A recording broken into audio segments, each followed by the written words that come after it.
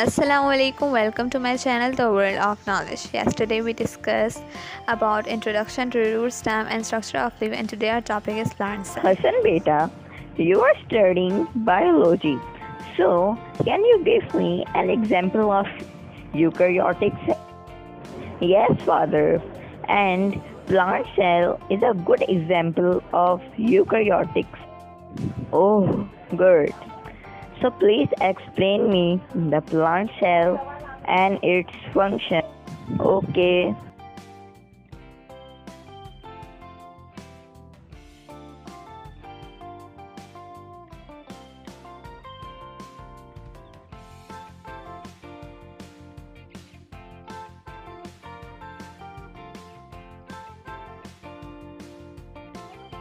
Cell wall. It is the outermost boundary of plant cell and surrounds the protoplasm of the cell. Also present in bacterial and fungal cell. It is formed by the protoplasm in the plant cell. Cell membrane.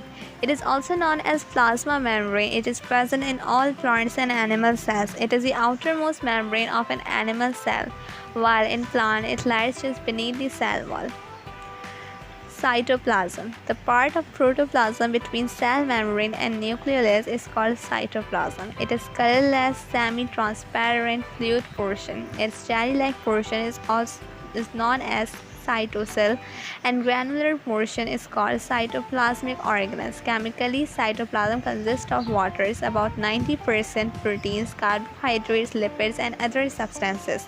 It moves in a circular manner, which is also called cyclosis. Cytoskeleton. A microscopic network of protein which consists of microtubules and various filaments that spread out through the cytoplasm, providing both structural support and means of transport within the cell. Endoplasmic reticulum.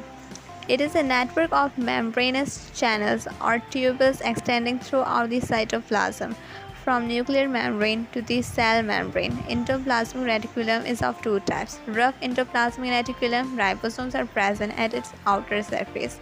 Smooth endoplasmic reticulum, it is without ribosomes. Golgi bodies. Golgi bodies are also known as Golgi apparatus or Golgi complex, etc. These were first discovered by an Italian scientist Camillo Golgi in 1891. Golgi bodies are prominent in glandular cells. Each Golgi body consists of the following main structural components: large, smooth, flattened membranous sacs known as cristae that are scattered over each other; large, rounded sacs; small vesicles. These fluid-filled sacs or vesicles containing carbohydrates, glycoproteins, and enzymes. Mitochondria. These are found freely scattered in cytoplasm. They are rod-like pot or bean-shaped organelles having double membrane. The inner membrane is folded. The folding is known as cristae. Fluid present inside is called matrix. Inside mitochondria, respiratory enzymes are present which oxidize the food for production of energy, while energy is stored in the form of ATP. Iodine triphosphate. Due to generation of energy, they are called powerhouse of the cell. Their number is cell relate to their activities. Centrosome. A centrosome is present in animal cell. It is present near the nucleus. A rounded structure, centrosome, consists of two centrioles. Each is hollow and calentral. Each contains 9 triplets of microtubules. Ribosomes. There are small granular structures which are not membrane-bounded organelles. These were first discovered by Plating in 1955. These are produced in nucleolus from where they are shifted to the cytoplasm and are either freely scattered in the cytoplasm or attached with rough endoplasmic reticulum. Lysosomes. These are tiny spherical organelles of few micrometer sizes. They are present in animal cells and absent in higher plant cells. These produce from Golgi bodies. Lysosomes contains hydrolytic or digestive enzymes. Vesicles. They are small membrane-bound spherical sacs which facilitates the metabolism, transport and storage of molecules. Vacuoles. These are fluid-filled sacs bounded by a single membrane called tonoplast. In animal cell, vacuoles are numerous and small size and perform different functions, while in plant cell, one or a few in numbers but very large in size, which store water and mineral salt. Nucleus or karyon. In the cell, there is a large dense particle or irregular shaped body present which is called nucleus. In animal cell, it is usually lying in the center, while in plant, due to large central vacuole, nucleus is present towards the cell boundary. It was first discovered by Robert Brown in 1831. It consists of the following parts. Nuclear membrane. Nucleus is surrounded by a double membrane called nuclear membrane. Nuclear membrane has large number of nucleus pores for communication between nucleoplasm and cytoplasm. Nucleoplasm. Nucleus is filled with a gel-like substance called nucleoplasm. It is denser than cytoplasm.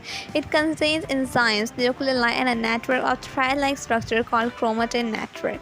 Chromatin network is composed of thread-like structure called chromosomes. These are prominent during cell division. Each chromosome is made up of DNA, deoxyribonucleic acid, and protein. DNA is concerned with the inheritance of characters and in controlling or regulating the cell activities. Each chromosome is double and called chromatids. Nucleolus. In the nucleus, one or more small bodies are also present, which are called nucleoli. It is made up of RNA and protein. Nucleolus is concerned with formation of ribosomes. Plastids. These are present in all plant cells. These organelles contain different pigments. On the basis of pigments, these are of three types. Chloroplast. These contains green pigments, chlorophyll, which helps in photosynthesis. These are bounded by a double membrane. Inside chloroplast, semifluid is present, which is called stroma, which is composed of protein and other chemicals. The inner membrane of chloroplast gives rise to stacked membrane system that becomes suspended in stroma.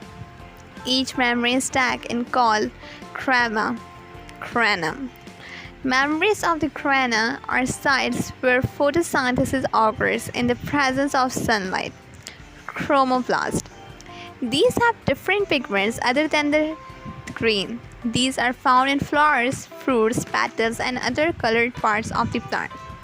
Leucoplast.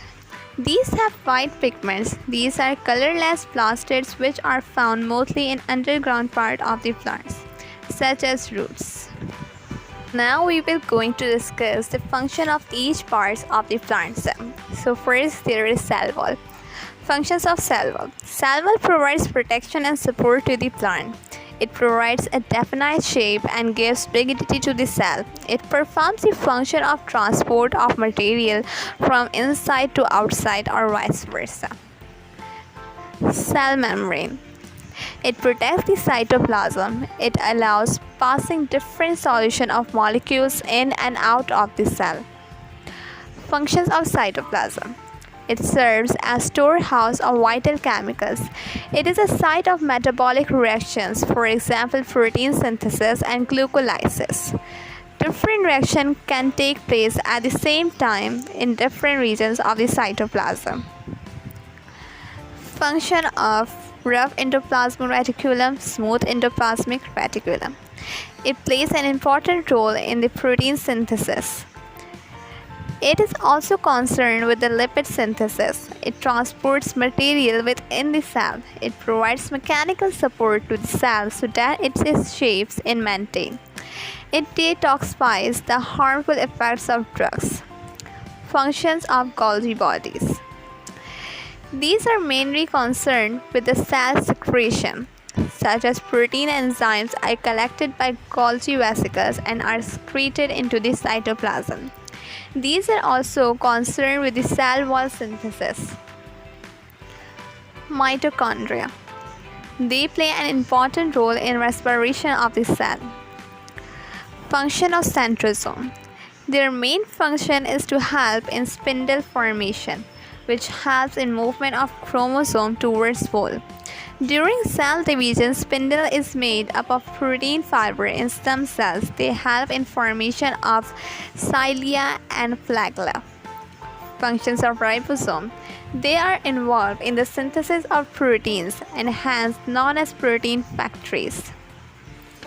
Functions of lysosomes. They are concerned with the digestion of food. Vacuoles. Some vacuoles store food material. Some vacuoles take part in excretion contractile vacuoles, while some vacuoles help in turgidity of the cells.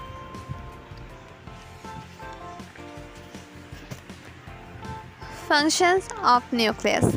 Nucleus controls all the vital functions of the cell, so it is called brain of the cell. It is responsible for transfer of hereditary characters from one generation to other generation. It takes part in cell division and reproduction. Plastids. There are three types of plastid: chromoplast, leucoplast, and chloroplast. As previously I told you the definition of chloroplast, chromoplast, and leucoplast, so now we are going to discuss their function. So, function of chloroplast. Chloroplasts are concerned with the manufacture of food by the process of photosynthesis. Chromoplast. They are concerned with the storage of food. Leucoplast. They store up the food. Excellent, Hassan. Now I am satisfied that you are taking interest in your studies. Thank you, Father. And I promise you that this time I will secure first position. Inshallah. Thanks for watching. I hope that you like it. So subscribe and don't forget to press the bell icon. Thank you.